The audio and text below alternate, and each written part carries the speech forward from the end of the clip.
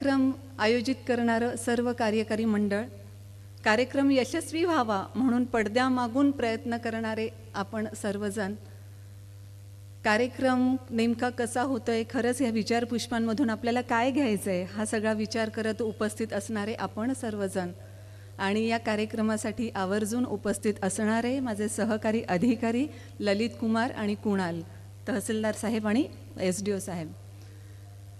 आजचा मला विषय देण्यात आलेला आहे, विचारांना सत्यात उतरवा. त्या संदर्भामध्येच मी आपल्याशी काही वेळ चर्चा करणार आहे किंवा माझं जे काही विचार आहेत ते विचार मी आपल्याला सांगणार आहे. हे विचार सांगत असताना मला तुम्हाला काही 4 घटना 4 प्रसंग सांगावेसे वाटतात, जे खूप अगोदर घडून गेलेले आहेत पण त्याचा इम्पॅक्ट आजही कायम आहे. त्याच्यामुळे आपल्याला ते माहीत असणं गरजेचं आहेच, किंवा आपल्याला जे माहीत आहे त्याचं एकदा पुन्हा आपण लक्षात आणणं हे सुद्धा महत्त्वाचं आहे. तो एक राजकुमार जो कधीच राजमहालाच्या बाहेर निघालेला नव्हता. सगळे सुख त्याला राजमहालातच मिळत होते, पण समहाऊ एका दिवशी तो त्या राजमहालाच्या बाहेर निघाला आणि त्यांनी आतापर्यंत कधीही न पाहिलेल्या अशा काही गोष्टी त्याच्या लक्षात यायला सुरुवात झाली. त्यानं या राजमहालाचे सगळे सुख उपभोगत असताना कधीच आजारपण पाहिलं नव्हतं, कधीच वार्धक्य पाहिलं नव्हतं, कधीच मृत्यूसुद्धा पाहिला नव्हता. पण जेव्हा त्या राजकुमार सिद्धार्थनं या तिन्ही गोष्टी पाहिल्या तेव्हा त्यांच्या डोक्यात काहीतरी विचार आले. त्या विचारांना त्यांनी सत्यात उतरवण्याचा पूर्ण प्रयत्न केला आणि म्हणूनच राजकुमार सिद्धार्थाची सुरू झालेली घोडदौड ही गौतम बुद्धांपर्यंत येऊन थांबली. त्याच्यानंतर मला आणखी दुसरं उदाहरण द्यावंसं वाटतं. सम्राट अशोकाचं भरपूर सारे युद्ध त्यांनी यापूर्वीही केलेले होते, पण ते कलिंगाचं युद्ध झालं. ज्या कलिंगाच्या युद्धाला म्हटलं जातं की त्या शतकातलं सगळ्यात जास्त रक्तरंजित युद्ध, हे कलिंगाचं जेव्हा युद्ध झालं आणि युद्ध संपल्यानंतर हा सम्राट अशोक खाली उतरला आणि जे काही रणांगण होतं तिथे तो जेव्हा जायला लागला तेव्हा त्याच्या लक्षात आलं की प्रेतांचा सगळा खच पडलेला आहे, रक्ताचा सडा हा शब्द कमी पडावा इतकं सगळं रक्त तिथे सांडलेलं आहे.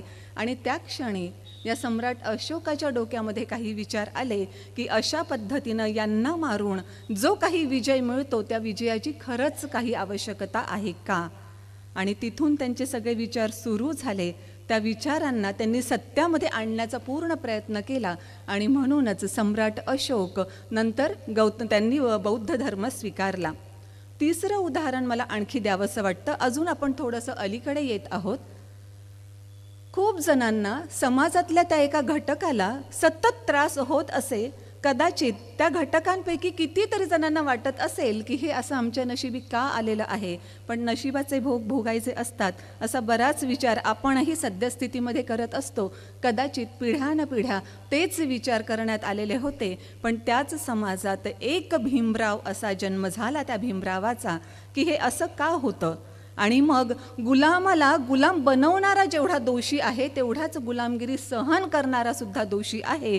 त्यानं सुद्धा आपले सगळे जोखड मोडून काढले पाहिजे हा विचार घेऊन म्हणजे भीमरावांनी त्यांचा प्रवास सुरू केला. त्यांच्या सगळ्या विचारांना जेव्हा सत्यात उतरवलं तेव्हा या भीमरावाचा सुरू झालेला प्रवास महामानव होईपर्यंत तिथे थांबला. आणि महात्मा गांधींचं उदाहरण, ज्या रात्री त्यांना Indian dogs and Indians not allowed here म्हणून रेल्वेतून बाहेर फेकून देण्यात आलं, त्या क्षणी त्यांच्या डोक्यात कुठेतरी विचार चमकला की ह्या इंग्रजांना मी बाहेर घालवेन. मला किती जणांचा सपोर्ट मिळणार आहे, मी खरंच एवढ्या मोठ्या सशस्त्र असणाऱ्या इंग्रजांना बाहेर घालवू शकेन का, या कोणत्याही गोष्टींचा त्यांनी विचार केला नाही. डोक्यात एक विचार आला आणि तो विचार त्यांनी सत्यात उतरवला. म्हणून इतिहास पुढे काय घडला आपल्या सगळ्यांना माहीत आहे. हे सगळे काही बरेच अगोदरचे उदाहरणं सांगितले, पण आत्ताच्याही काळामध्ये तसं घडतंय ना. म्हणजे कुष्ठरोग्यांना जो त्रास होतो, जे वाळीत टाकलं जातं, ज्या पद्धतीचं लाईफ त्यांना जगायला पाहिजे ते तर त्यांना मिळतच नाही. उलट आजारपणामुळे त्रस्त असताना ते व्यवस्थित उपचारसुद्धा मिळत नाही, कुणी त्यांच्या जवळ जात नाही. हे सगळं बघितल्यानंतर बाबा आमटेंचं हृदय द्रवलं, काहीतरी विचार केला, तो सत्यात आणला आणि म्हणून बाबा आमटेंनी कुष्ठरोग्यांसाठी केवढं मोठं काम केलेलं आहे हे आपल्याला माहीत आहेच. तो एक छोटासा मुलगा 10वी मध्ये होता. ब्रह्मपुत्रेला जेव्हा पूर आला तेव्हा त्या सगळ्या रेताड जमिनीमध्ये त्यानं पाहिलं की सगळा पूर आल्यानंतर तो भरपूर साऱ्या सापांना, सरपटणारे प्राणी जे होते त्या सगळ्यांना बाहेर तो घेऊन आला. पण पूर जसा ओसरला हे सगळे प्राणी अगदी तडफडून मरायला लागले आणि एवढे सगळे साप मरून पडलेले पाहिले. तेव्हा त्या 10वीतल्या मुलाला असं वाटलं की आपण याच्यासाठी काहीतरी केलं पाहिजे. हे सगळीकडे जी रेती आहे त्या वाळवंटाला कशात तरी बदलला पाहिजे, आपण फॉरेस्ट डेव्हलप केलं पाहिजे. 10वीमध्ये असताना त्यांच्यात ते इमिजिएटली लक्षात नाही आलं. पण जेव्हा त्यांनी विचारलं आणि विचारही केला की नेमकं यासाठी आपण काय केलं पाहिजे, कुणीतरी सुचवलं की जर झाडं लावले तर कदाचित यांचे जीव वाचू शकले असते. त्यांनी जेव्हा सुचवलं, 10वीतला एक मुलगा कुणाला तरी सांगतोय की आपणही झाडं लावले पाहिजे, त्याला काय प्रतिक्रिया मिळाल्या असतील याचा अंदाज आपण करू शकतो. तशाच प्रतिक्रिया सगळ्या त्यांना मिळत आल्या. पण ह्या 10वीतल्या मुलांनी हार मानली नाही. 10वीपासून जी त्यांनी सुरुवात केली, आज तागायत पूर्ण प्रयत्न केल्यानंतर याच पायेंग यांनी 1360 एकर फॉरेस्ट निर्माण केलेलं आहे आणि संपूर्णतः स्वतः ते निर्माण केलेलं आहे. एवढं कशाला, जेव्हा त्या अगदी दुर्गम भागातल्या त्या एका मनुष्यानं स्वतःच्या बायकोला आणि बायकोच्या पोटात असलेल्या आपल्या मुलाला गमावलं. कारण जेव्हा ते पोटामध्ये मूल होतं, इतक्या दुर्गम भागामध्ये ते राहत होते की जेव्हा तिला डॉक्टरकडे नेण्याची वेळ आली तेव्हा त्या आपल्या गर्भवती पत्नीला पाठीवर घेऊन पूर्ण डोंगर चढायचा, डोंगर उतरायचा, पुन्हा चालत जायचं आणि जिथे तो PHC किंवा प्राथमिक आरोग्य केंद्र असेल तिथपर्यंत पोहोचायचं. या सगळ्या प्रवासामध्ये त्यानं स्वतःच्या बायकोला गमावलं, तिच्या पोटातला मुलाला गमावलं. आणि तेव्हाच दशरथ मांझीने ठरवलं की हा जो डोंगर, माझ्या पत्नीचा जीव त्यानं घेतलेला आहे, त्या डोंगराला मी पोखरून काढेन. जेव्हा त्यानं खरंच त्याचं काम सुरू केलं तेव्हा सगळ्यांनी त्याला मूर्खात काढलं. सगळेजण त्याला तो भ्रमिष्ट झालाय, वेडा झालाय असं म्हणत होते. पण खरंच जे कुठेतरी मी वाचलेलं आहे ते मला पटतं की इतिहास कोण घडवतं, ही वेडी माणसंच इतिहास घडवतात. शहाणी माणसं इतिहास घडवू शकतच नाहीत. मला वाटतं काही जणांना टाळ्या वाजवण्याची इच्छा होती पण बाकीच्यांनी त्यांना साथ दिली नाही, त्याच्यामुळे एकदा वाजवून घ्यायला हरकत नाही. या दशरथ मांझींना सुद्धा वेडं ठरवण्यात आलं होतं, पण त्यांनी निष्ठेनं हाती घेतलेलं काम सत्यात उतरवलं. त्यांच्या डोक्यात विचार आला की हा डोंगर मी पोखरून रस्ता निर्माण केला पाहिजे. त्या विचारांना त्यांनी सत्यामध्ये उतरवलं आणि म्हणूनच आज तिथे रस्ता सुद्धा तयार झालेला आहे. आणि याच्यामध्येच आणखी 2 उदाहरणं मी तुम्हाला देईन. जेव्हा म्हणजे हार्डली वयाचं 23वं वर्ष तिचं चालू असावं, नेहमीच उमऱ्याच्या आत राहणारी ती महिला आणि हातावरचं पोट असणारं त्यांचं ते कुटुंब, अशा परिस्थितीमध्ये वयाच्या 23व्या वर्षी तिनं आपल्या नवऱ्याला गमावलं, तेही अतिशय क्षुल्लक कारणासाठी. त्याला छोटासा आजार झालेला होता, पण त्या आजारावरही उपचार करण्यासाठी तिच्याकडे पैसे नव्हते, म्हणून नवऱ्याचा जीव गेला. अशा परिस्थितीमध्ये सद्यस्थितीत तर आपण बघतो असं काही झालं. आता इथे डॉक्टर मंडळी पण भरपूर सारी आहेत. माझे हजबंडही डॉक्टर आहेत, त्याच्यामुळे डॉक्टरांच्या या बाबतीतल्या व्यथा मी समजू शकते की असं जर काही झालं की ताबडतोब डॉक्टरला मारहाण करणं, दवाखान्याची तोडफोड करणं वगैरे वगैरे सगळं काही सुरू होतं. पण बघा, ती अशिक्षित महिला कधीच शाळेमध्ये गेली नाही, कधीच ती उंबऱ्याच्या बाहेर काम करण्यासाठी सुद्धा गेली नाही. पण तिनं विचार हा केला की आज जर माझ्या नवऱ्याला औषधोपचाराच्या अभावी जीव गमवावा लागत असेल तर उद्या अशी वेळ कुणावर येऊ नये याच्यासाठी मी प्रयत्न केला पाहिजे. आणि ही कधीच उंबऱ्याच्या बाहेर न पडणारी महिला उंबऱ्याच्या बाहेर पडली. मग तिनं स्वतःच्या पदरामध्ये 4 लेकरं होते. ह्या लेकरांना सांभाळता सांभाळता दवाखाना उभारणं शक्यच नाही, म्हणून तिनं लेकरांना आश्रमामध्ये ठेवलं आणि मग जे कोणतं काम तिला मिळेल ते काम तिनं करायला सुरुवात केली. लोकांचे मुलं सांभाळायला सुरुवात केली, भाजीपाला विकायला सुरुवात केली आणि त्यातला पै न पै तिनं जपून ठेवला. आणि याच सुभाषिणी मिस्त्री यांनी लोकसहभागही घेतला, आपलाही सगळा पैसा जमवलेला त्याच्यामध्ये टाकला आणि या सुभाषिणी मिस्त्री यांनी 2 हॉस्पिटल्स उभे केले. आपल्या 4 मुलांपैकी एका मुलाला डॉक्टर केलं आणि हा डॉक्टर मुलगा सुद्धा तिथे फ्री सर्व्हिस तर देतोच, पण त्यांचं सगळ्यांचं काम बघून अनेक डॉक्टर्सही तिथे जाऊन फ्री सर्व्हिस देतात. आणि सिंधुताई सपकाळांबद्दल तर आपल्या सगळ्यांनाच माहीत आहे. मुलं अनाथ होतात, पण हे अशा अनाथ मुलांना सुद्धा कोणीतरी सांभाळायला पाहिजे, अनाथांची माय मी झालं पाहिजे, असं सिंधुताई सपकाळांना वाटलं आणि कितीतरी अनाथ मुलांचं जीवनसुद्धा फुललं. या सगळ्यांमध्ये असे सांगण्यासारखे उदाहरणं भरपूर सारे आहेत, पण या सगळ्यांमध्ये एक कॉमन गोष्ट मला अशी वाटते, ती म्हणजे ह्या सगळ्यांनी आपल्या डोक्यात आलेले विचार फक्त तिथेच न अडकवून ठेवता त्यांना सत्यात आणण्याचा प्रयत्न केला, सत्यात ते विचार उतरवले, म्हणून हा इतिहास घडला आणि म्हणून अनेक जणांचे आयुष्यसुद्धा बदलले. असं सांगितलं जातं की आपल्या डोक्यामध्ये दिवसभरामध्ये 60,000 विचार येतात. 60,000 विचार जे आपल्या डोक्यात दिवसभरात येतात, त्यातले खरंच आपल्याला किती विचार लक्षात राहतात बरं? मॅक्सिमम विचार तर आपण विसरून गेलेलो असतो.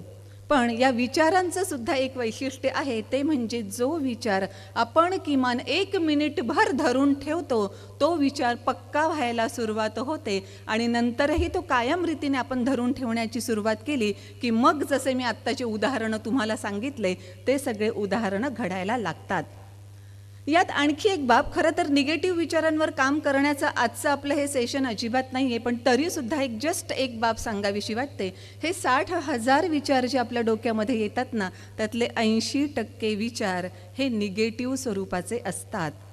पण 80% विचार जरी निगेटिव्ह असले तरीसुद्धा ते आले तसे पास होऊ देणं हे आपल्या हातामध्ये असतं आणि जे पॉझिटिव्ह 20% विचार आहेत त्यातल्या कोणत्या विचारांना पक्क धरायचं आहे आणि त्या विचारांना सत्यात उतरवायचं आहे याचं डिसिजन मात्र खरोखर आपण स्वतःच घेतलं पाहिजे. अर्थात विचारांना सत्यात उतरवण्यासाठी भली मोठी किंमतही मोजावी लागू शकते. मी जे आत्तापर्यंतचे उदाहरणं दिले आहेत त्यांना काहीच किंमत मोजावी लागली नाही का? भरपूर सारी किंमत मोजावी लागलीच. पण जर आपले विचार तेवढे महत्त्वाचे आहेत, समाजासाठी उपयोगाचे आहेत आणि त्याच्यामुळे काहीतरी फरक पडू शकतो असं जर वाटत असेल तर डेफिनेटली त्या विचारांचे दुष्परिणाम जरी आपल्याला सहन करावे लागत असले तरीसुद्धा त्या विचारांना सत्यात उतरवण्याचा प्रयत्न आपण केला पाहिजे. म्हणजे कोणत्या पद्धतीचे परिणाम होऊ शकतात एक्स्ट्रीम लेवलचे, त्याचे काही उदाहरणं मी तुम्हाला देते. सॉक्रेटिसचे विचार असे सगळे होते ज्याचा परिणाम म्हणून सॉक्रेटिसला हेमलॉकसारखं विष पिण्यासाठी बाध्य करण्यात आलं आणि हेमलॉक विष पिऊन त्याला आपला जीव गमवावा लागला. कारण त्यावेळेस त्यांनी जे विचार मांडले होते ते सगळे त्या काळाच्या संदर्भाने अत्यंत क्रांतिकारी विचार होते, जे कुणालाच पटणं शक्य नव्हते. त्याच्यानंतर दुसरं जर उदाहरण द्यायचं झालं तर गॅलिलिओचं उदाहरण मी देईन. खरं तर पृथ्वी सूर्याभोवती फिरते हा सगळ्यात अगोदर जो संदर्भ सांगण्यात आलेला होता तो कोपर्निकसने हे सांगितलेलं होतं. पण कोपर्निकसच्या सुदैवानं त्यांचा नॅचरल मृत्यू बराच लवकर झाला, म्हणजे लोकांच्या छळाला बळी पडण्याच्या अगोदर त्यांचा नैसर्गिक मृत्यू झाला आणि ह्या सगळ्या छळापासून ते वाचले असं आपल्याला म्हणता येईल. पण दुर्दैवानं गॅलिलिओच्या बाबतीमध्ये तसं झालं नाही. गॅलिलिओनी सुद्धा पुन्हा जेव्हा एकदा सिद्धांत मांडला की पृथ्वी सूर्याभोवती फिरते आहे, बघा आपल्या आयुष्यामध्ये सुद्धा बऱ्याच साऱ्या अंधश्रद्धा म्हटल्यासारख्या किंवा अशा काही गोष्टी ज्या पटत नाहीत, आपले मतभेद होतात, तशा गोष्टींना साध्या छोट्या गोष्टींनाही आपण किती चिटकून बसलेलो असतो. आणि त्यावेळेस तर असं म्हटलं जायचं की आमची पृथ्वीच सगळ्यात श्रेष्ठ आहे, त्याच्यामुळे सूर्य तिच्या भोवती फिरतो, आमची पृथ्वी काही सूर्याभोवती फिरण्यासाठी अजिबात रिकामी नाही, आपल्या भाषेत जर सांगायचं झालं तर. अशा परिस्थितीमध्ये गॅलिलिओने जेव्हा ते सांगितलं तर त्याच वेळेस पुन्हा या धर्ममार्तंडांनी त्याला जेलमध्ये टाकलं की हा असा काय सिद्धांत मांडतो आहे, सगळ्या समाजाला हा भ्रमिष्ट करतो आहे. इथे ही पण गोष्ट लक्षात घेण्यासारखी आहे की जेव्हा आपण एखादा नवीन विचार मांडतो तेव्हा सगळेजण ताबडतोब आपल्याशी सहमत होतील असं अजिबात होत नसतं. पण जर विचारांचा पाया आपला पक्का असेल, आपल्या विचारांवर आपला स्वतःचा ठाम विश्वास असेल, तर मग समाजाचा कितीही रोष असला तरीसुद्धा तो रोष पत्करणंही आपल्याला सहन करता येऊ शकतं. जेव्हा या धर्ममार्तंडांनी या गॅलिलिओला जेलमध्ये टाकलं, त्यांचा अतोनात छळ करायला सुरुवात केली. आता वृद्धावस्थेमुळे हा छळ सहन करणं गॅलिलिओंना खूप अवघड झालेलं होतं आणि म्हणून शेवटी गॅलिलिओंना कुठेतरी तडजोड करायची ठरवली. जेव्हा ते तडजोडीसाठी पुढे रेडी झाले, तेव्हा मग त्यांना असं सांगण्यात आलं की तुम्ही लिहून द्या की पृथ्वी सूर्याभोवती फिरत नाही, तर सूर्यच पृथ्वीभोवती फिरतो आहे. गॅलिलिओंना सिद्धांत तर वेगळंच काही सांगत होता, पण तरीसुद्धा छळ सहन करणं आता शक्य नव्हतं. म्हणून गॅलिलिओ त्याच्यासाठी सुद्धा तयार झाले आणि त्यांनी लिहून द्यायला सुरुवात केली की खरंच पृथ्वी काही सूर्याभोवती फिरत नाही, सूर्य पृथ्वीभोवती फिरतोय. पण बघा, मी जे म्हणते की नाही की आपण आपल्या विचारांशी किती ठाम आहोत, आपल्या विचारांवर आपला स्वतःचा किती विश्वास आहे, हे सुद्धा तितकंच महत्त्वाचं असतं. कारण ते लिहून देत असताना गॅलिलिओ स्वतः मनाशी पुटपुटत होते, मी काही जरी लिहून दिलं तरी पृथ्वी सूर्याभोवती फिरण्याची थांबणारे थोडीच. हा असतो स्वतःच्या विचारांवरचा विश्वास. आणखी एक उदाहरण याच्या संदर्भातलं देईल की खरंच जर आपल्याला आपले विचार असे असतील की जे समाजामध्ये ताबडतोब ॲक्सेप्ट केले जाणार नाहीत, तरी सुद्धा ते ॲक्सेप्ट व्हावेत, कारण माझ्या विचारांमुळे आत्ता या पिढीला जरी ते पचले नसले तरी नंतरच्या पिढीला त्याचा उपयोग होणार आहे, नंतरच्या समाजाला त्याचा उपयोग होणार आहे, याची जर खात्री आपल्याला असेल तर डेफिनेटली आपण आपले विचार सत्यात आणण्यासाठी पूर्णतः प्रयत्न करू शकतो. याच्यासाठी हे आणखी तिसरं उदाहरण देते. कोरोनामध्ये आपण सगळेच जण हात धुत होतो. म्हणजे मला वाटतं की तोपर्यंतच्या आयुष्यात आपण जेवढ्या वेळा हात धुतले नसतील त्याच्या कितीतरी अधिक पट आपण त्या कोरोनाच्या 2 वर्षात हात धुतलेले आहेत.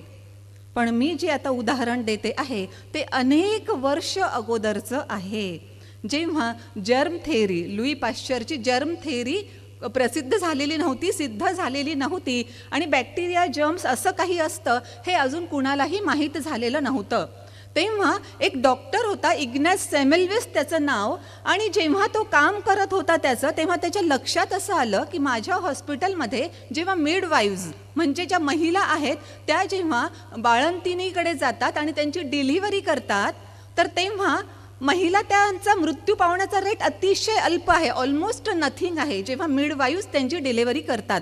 पण जेव्हा जेंट्स डॉक्टर त्या महिलांची डिलिव्हरी करतात तेव्हा मात्र खूप मृत्यूचं प्रमाण वाढलेलं असतं. मग नेमकं काय असेल? मग भरपूर त्यांनी प्रयत्न केले की असं असेल, तसं असेल, तसं असेल, तशा पद्धतीनं सगळे चेंजेस त्यानं आपल्या त्या हॉस्पिटलमध्ये आणायला सगळी सुरुवात केली. आणि समहाव एक दिवशी असं झालं की आपण म्हणतो ना की डोकं गरगरायला लागलं की तो पूर्णतः प्रयत्न करतोय की ह्या बाळंतिणीचे मृत्यू होऊ नयेत म्हणून, पण तरी सुद्धा समजत नाहीये की मिडवाईव्जने जर बाळंतपण केलं तर त्यांच्याकडून मृत्यू होत नाहीत, जर जेंट्स डॉक्टरांनी केलं तर त्यांच्याकडून मृत्यू होत आहेत, नेमकं काय होत आहे? आणि शेवटी एकदम तो कंटाळून किंवा त्याचं डोकं गरगरायला लागलं म्हणून तो कुठेतरी बाहेर निघून गेला 8-10 दिवस फिरण्यासाठी म्हणून. आणि जिथे कुठे तो निघून गेला तिथे त्याच्या असं लक्षात आलं की तिथले काही पुरुषसुद्धा मरण पावत आहेत आणि त्यांचे सिम्पटम्स आणि ह्या मरणाऱ्या बाळंतिणीचे सिम्पटम्स अगदी सेम आहेत. मग याच्यात काय सिमिलॅरिटी असू शकेल? म्हणजे डोकं शांत करण्यासाठी तो तिथे गेला होता, पण डोक्याला आणखी तिथे त्याला चालना मिळाली, भरपूर काही त्यानं विचार केला आणि जेव्हा तो परत आला तेव्हा त्यांनी असं सांगितलं, मुद्दा हा होता की मिडवाईव्जना एकच काम होतं, त्या म्हणजे त्या महिलांची डिलिव्हरी करण्याचं, पण जेंट्स डॉक्टरांना बाकीचेही काम होते. आणि मोस्ट ऑफ द टाइम्स असं व्हायचं की हे जेंट्स डॉक्टर पोस्टमार्टम करून यायचे, म्हणजे शवविच्छेदन ज्याला आपण म्हणतो, मेलेल्याचं शवविच्छेदन करून यायचे आणि शवविच्छेदन केल्यानंतर हात धुणं किंवा हायजीन हा काही प्रकार माहीतच नव्हता, जर्म्स, बॅक्टेरिया काहीच माहीत नव्हते, त्याच्यामुळे तिकडे पोस्टमार्टम करायचं, ताबडतोब इकडे यायचं आणि हिची डिलिव्हरी करायची. आता आपण समजू शकतो पुन्हा डॉक्टरांची संख्या खूप जास्त असल्याचं मला वाटतं इथे मला चांगल्या पद्धतीचा फायदा आहे. सो मग आता लक्षात यायला लागलं की ते तसेच हात घेऊन इकडे येतात, बाळंतिणीची डिलिव्हरी करतात, म्हणून जेव्हा हे मेल डॉक्टर डिलिव्हरी करतात तेव्हा बाळंतिणीची मरण्याची संख्या खूप जास्त आहे. आणि म्हणून इग्नास सेमेल्विस यांनी सगळ्या मेल डॉक्टरांना सांगायला सुरुवात केली की तुम्ही डिलिव्हरी करण्याच्या अगोदर हात स्वच्छ धुवा आणि डिलिव्हरीची उपकरणंसुद्धा स्वच्छ धुवा. बरोबर सांगितलं होतं ना? ॲब्सोल्युटली काहीच चूक नव्हतं. पण बघा, काळाचे संदर्भ महत्त्वाचे असतात. जेव्हा बॅक्टेरिया, जर्म्स काहीच माहीत नव्हतं तेव्हा इग्नास सेमेल्विस डॉक्टरांना असं म्हणतोय की तुम्ही हात धुवून बाळंतिणीच्या खोलीमध्ये जा आणि मग तिची डिलिव्हरी करा. सगळेच्या सगळे डॉक्टर भडकून उठले की आम्हीच पेशंटचा जीव वाचवण्याचं काम करतोय आणि तुम्ही सरळ सरळ आमच्यावर आरोप करताय की आमच्यामुळे ह्या बाळंतिणीचे जीव जात आहेत. इतका प्रचंड विरोध त्या इग्नॅस सेमिल्विसला झाला की शेवटी ह्या इग्नॅस सेमिल्विसला मेंटल असायलम, वेडांच्या हॉस्पिटलमध्ये टाकण्यात आलं या सगळ्यांनी. कारण सत्तेपुढे जसं शहाणपण चालत नाही तसं, आता मी जो शब्द म्हणू इच्छिते तो तुमच्या लक्षात आला असेल. सत्तेपुढे जसं शहाणपण चालत नाही तसं फुली पुढेही शहाणपण चालत नाही. तिथे आपापल्या अर्थानं जो काही शब्द परफेक्ट वाटतो तो भरून घ्यायला हरकत नाही. आणि म्हणून या जो मनुष्य बरोबर सांगत होता इतक्या वर्षांपूर्वी, त्या मनुष्याला वेड्यांच्या हॉस्पिटलमध्ये दाखल करण्यात आलं, तिथेही त्यांचा छळ करण्यात आला आणि त्याच्यानंतर तिथेच ते मृत्युमुखी पडले. आणि आपल्याकडे जसं आहे तसंच फॉरेनमध्ये सुद्धा आहे की मृत्यू झाल्यानंतर मग त्याचं महानपणा आपल्याला कळतो आणि मग त्याला पायोनियर ऑफ हँड वॉशिंग, त्याच्यानंतर महिला मदर्सचा खूप मोठा सेव्हियर वगैरे वगैरे वगैरे अशा मोठमोठ्या पदव्या देण्यात आल्या. इग्नॅस सेमिल्विसच्या नावानं ऑस्ट्रियामध्ये एक मोठं ऑस्ट्रिया आय थिंक कंट्री माझी मिस झाली, तर त्या कंट्रीमध्ये हॉस्पिटलसुद्धा उभारण्यात आलं वगैरे वगैरे वगैरे सगळं काही.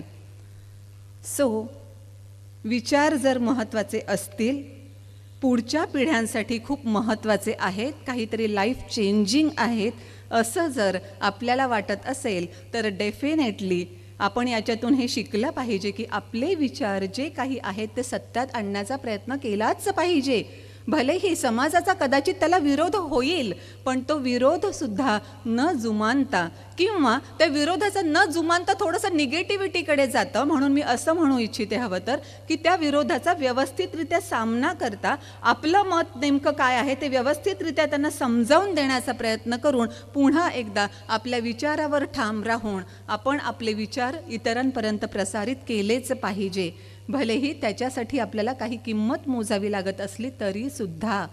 कारण ज्या देशभक्तांमुळे आपण ह्या स्वतंत्र भारतामध्ये जन्म झालेला आहे आपला आणि या स्वतंत्र भारतात आपण राहतो आहोत, त्यांनासुद्धा स्वतःचे संसार तसेच सोडून देशासाठी लढावं लागलं, मरावं लागलं, तेव्हा कुठे आज आपल्याला या स्वतंत्र भारतामध्ये जन्म घेण्याची परिस्थिती निर्माण झाली. सो जर आपल्याला काही करायचं असेल तर डेफिनेटली आपण आपल्या त्या विचारांवर ठाम असलंच पाहिजे.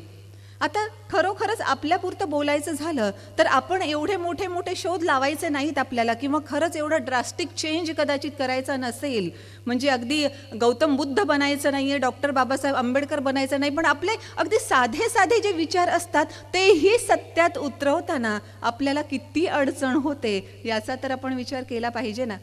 म्हणजे जेव्हा 8 मार्च जागतिक महिलाच्या दिनी माझ्या महिला असणाऱ्या मैत्रिणींशी मी बोलत असते तेव्हा असं लक्षात येतं की अगदी साधे साधे छोटे छोटे विचार असतात त्यांचे, पण तेही सत्यात उतरवण्यासाठी इतके सारे बॅरियर्स असतात. माझा नवरा काय म्हणेल, माझी सासू काय म्हणेल, शेजारी काय म्हणतील, लोक काय म्हणतील वगैरे वगैरे वगैरे सगळं काही. सो आपण असंच अडकून बसत असू तर आपण आपल्या विचारांना कदाचित सत्यात उतरवू शकणारच नाही.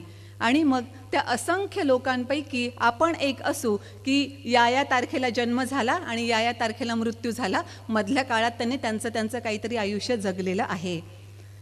मला वाटतं असं कॉमन आयुष्य जगण्याच्या ऐवजी आपल्याला जर थोडासा जरी चेंज करायचा असेल तर आपले जे काही विचार असतील त्या विचारांना आपण सत्यात उतरवलं पाहिजे. आणि जर या विचारांना सत्यात उतरवायचं असेल तर डेफिनेटली आपली विचारांची बैठक पक्की असणं गरजेचं आहे. जेव्हा अशी बैठक आपण पक्की करू शकतो तेव्हा या विचारांना सुद्धा आपण अगदी सत्यामध्ये उतरवू शकतो. आणि त्याच्यासाठी नेमकं काय केलं पाहिजे त्याच्या संदर्भातही काही महत्त्वाचे मुद्दे मी आवर्जून तुम्हाला सांगेन. त्याच्यासाठी एक माझं स्वतःचं उदाहरण सांगते की याच्या अगोदर जिथे माझी पोस्टिंग होती एक खूप सुंदर क्वार्टर होतं, सगळी काही ग्रीनरी होती, म्हणजे अगदी मस्तपैकी मुंगूस पण तिथे दिसायचे, वेगळ्या वेगळ्या रंगाचे पक्षी दिसायचे वगैरे वगैरे सगळं काही. एक दिवस असंच झालं, या सगळ्या निसर्गाचा आस्वाद घेत मी खुर्ची टाकून तिथे बसलेली होते आणि माझ्या मावशीबाईंनी मला कॉफी आणून दिली. कॉफीचा मग माझ्या हातामध्ये दिला आणि जस्ट कॉफी मी घेत असताना सिप बाय सिप कॉफी घेत असताना कुणाचा तरी मला धक्का लागला आणि माझ्या मगातली कॉफी सांडली. माझा तुम्हाला प्रश्न आहे, माझ्या मगातली कॉफी का सांडली? तुम्ही उत्तर द्या, तोपर्यंत मी वॉटर ब्रेक घे. अगदी साधा प्रश्न आहे. मी कॉफी सिप बाय सिप पीत होते, कुणाचा तरी मला धक्का लागला आणि माझ्या मगातली कॉफी सांडली. ती का सांडली? कदाचित तुमच्या मनामध्ये डोक्यामध्ये असे वेगळे वेगळे विचार येत असतील. मे बी त्या कॉफीच्या मगावरची माझी पकड पक्की नसेल, होऊ शकतं ना. मे बी माझं लक्ष नेचर एन्जॉय करण्यामध्ये आहे, त्याच्यामुळे मी फारसं लक्ष दिलेलं नव्हतं त्या कॉफी मगामुळे, त्याच्यामुळे थोडासाही धक्का लागला आणि ती कॉफी सांडली. मे बी कॉफी इतकी काठोकाठ भरलेली होती की थोड्याशाही धक्क्याने लगेच ती हिंदकळली आणि ती सांडली.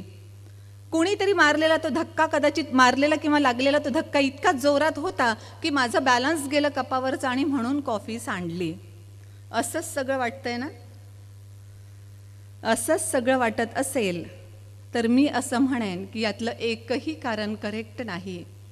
करेक्ट कारण जर सांगायचं असेल तर मी फक्त एवढंच म्हणेन, माझ्या मगामध्ये कॉफी होती म्हणून कॉफी सांडली.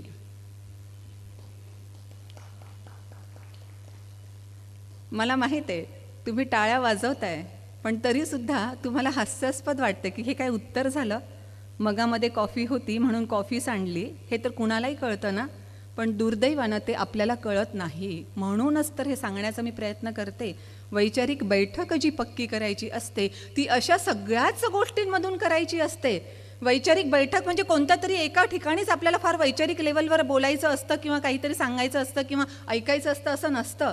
आपण प्रत्येक क्षणोक्षणी स्वतःला वैचारिक बैठक पक्की करण्याची जर सवय लावलेली असेल तर कोणत्याही क्षणी आपण असे चुकीचे काही बोलणारच नाही किंवा असं काहीतरी चुकीचं करणार सुद्धा नाही, कारण ती आपली बैठक पक्की आहे.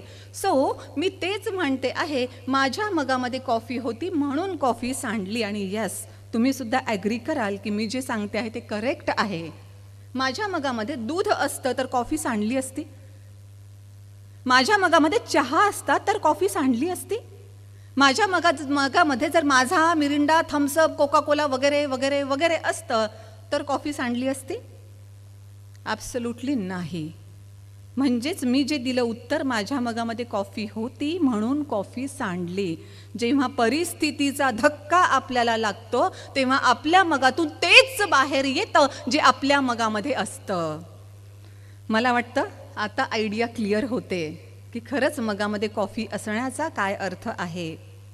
परिस्थितीचा धक्का जेव्हा लागतो ना तेव्हा लगेच काय हे माझं असं नशीब, काय परमेश्वरानं माझ्यावरच ही वेळ अशी आणली आहे, हे असं का घडतं, माझे नशिबाचे भोग वगैरे वगैरे वगैरे काहीही म्हणायचं नाही. त्या क्षणी लगेच जागं व्हायचं आहे की ही खूप चांगली संधी आहे माझ्या मगामध्ये काय आहे हे व्हेरीफाय करण्याची. कारण माझ्या मगामध्ये जे आहे तेच बाहेर पडणार आहे. आणि जर माझ्या मगातून अशा काही गोष्टी बाहेर पडताना मला दिसत असतील की ज्या माझ्यासाठी, माझ्या परिवारासाठी, माझ्या नियर अँड डिअर्ससाठी आणि त्याच्याही पुढे जाऊन माझ्या समाजासाठी चांगल्या नसतील, तर ह्या मगामधल्या त्या गोष्टी काढून टाकणं आपल्या स्वतःच्या हातात असतं. आपल्या मगामध्ये कॉफी ठेवायची, दूध ठेवायचं, चहा ठेवायचा की आणखी काय ठेवायचं याचं डिसिजन आपण घेत असतो. त्याच्यामुळे आपण खरंच आपल्या मगामध्ये काय आहे हे बघितलं तर ही वैचारिक बैठक हा शब्द जो मी मगाचपासून वापरते आहे ती वैचारिक बैठक पक्की करण्यासाठी आपल्याला खूप मोलाची मदत होते. हाच मुद्दा थोडासा अधिक चांगल्या पद्धतीने क्लॅरिफाय करण्यासाठी जस्ट मी एक उदाहरण देते. जस्ट इमॅजिन करा, आपण रेल्वेचं रिझर्वेशन केलेलं आहे, रेल्वेच्या डब्यामध्ये आपलं सीट राखीव आहे. आपण रेल्वेच्या त्या आपल्या डब्यामध्ये सुद्धा गेलो आहोत, तिथे आपल्याला सीट दिसतंय, पण त्या सीटपर्यंत पोहोचेपर्यंत एवढी खचाखच गर्दी आहे की तिथपर्यंत पोहोचणं सुद्धा आपल्याला अवघड जातंय. आपण कसा बसा मार्ग काढत आपल्या त्या सीटपर्यंत जाण्याचा प्रयत्न करतोय आणि त्याच वेळेस कोणत्या तरी माणसाचा अतिशय जड बुटाचा पाय आपल्या पायावर पडतो आणि आपण कदाचित एक साधी चप्पल घातलेली असते ज्याच्यामध्ये सगळे बोट आणि सगळे पाय चांगले व्यवस्थितरित्या उघडे असतात. अशा परिस्थितीमध्ये आपल्या पायावर जोरदार त्या बुटावाल्या माणसाचा पाय पडतो. परिस्थितीचा धक्का लागला आहे. आता बघितलं पाहिजे लगेचच की आपल्या मगामध्ये काय आहे. आपल्यापैकी बहुसंख्य लोकांच्या मगामधून काय बाहेर निघेल?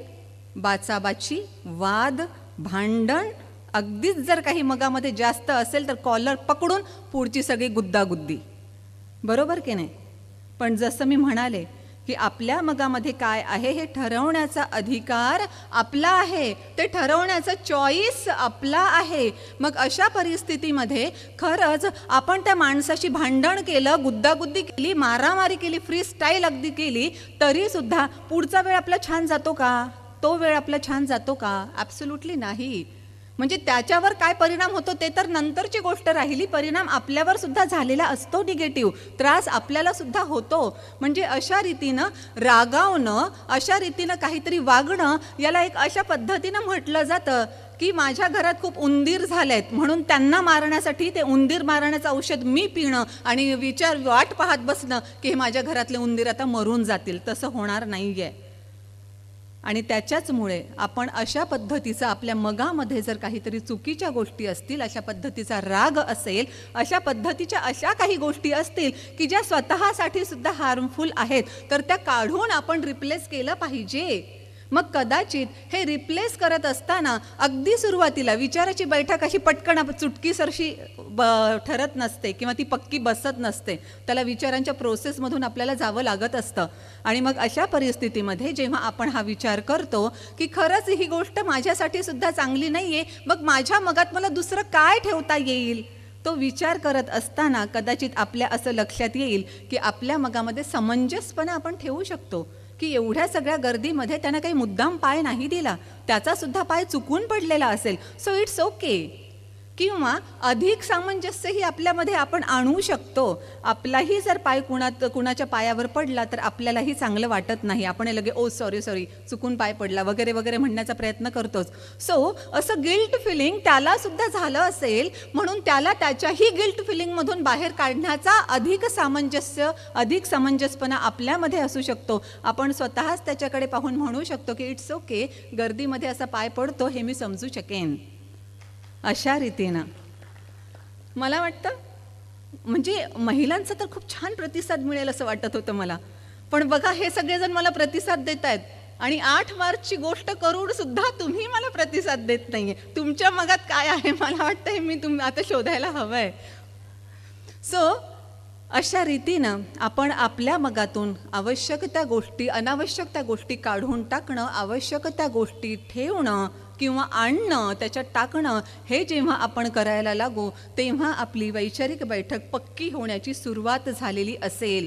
आणि खरंच आपल्या वैचारिक बैठक पक्की असण्याचा खरा फायदा आपल्याला होतो. म्हणजे जसा रागाचा सगळ्यात अगोदर तोटा आपल्याला व्हायला सुरुवात होते, तसाच आपल्या वैचारिक बैठक पक्की असण्याचा चांगला फायदा आपल्यापासून सुरू होतो. आणि मग कदाचित आपल्या नियर अँड डिअर्सनाही आपल्यासोबत ते असल्यामुळे त्यांनाही त्याचा फायदा होतो, कारण आपण फार व्यवस्थितरित्या वागत असतो म्हणून.